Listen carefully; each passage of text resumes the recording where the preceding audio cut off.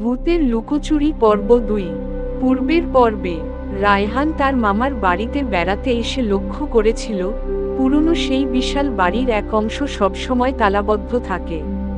রাতে অদ্ভুত আওয়াজ, জানালার ফাঁকে ছায়া দেখা যাওয়া আর সেই তালাবদ্ধ ঘরের দিক থেকে আসা শিশুর হাসি, সবকিছু যেন তাকে টানতে শুরু করে এক ভয়ানক রহস্যের দিকে।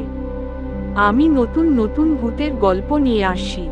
সাবস্ক্রাইব করে আমার পাশে থাকুন, আপনাদের সাহায্য প্রয়োজন।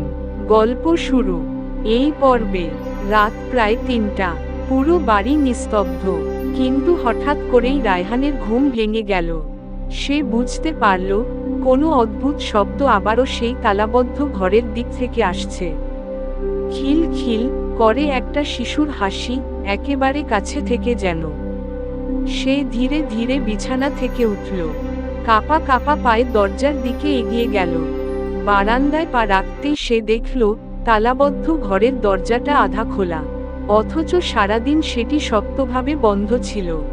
রায়হান সাহস করে একটু কাছে গিয়ে উকি দিল।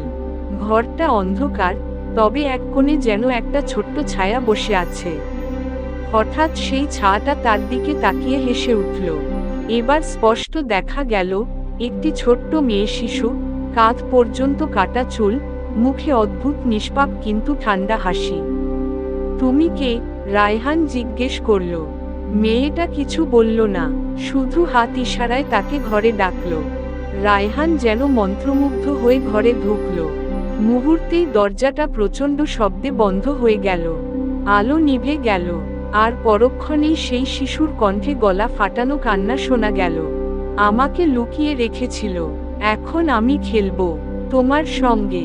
শেষ।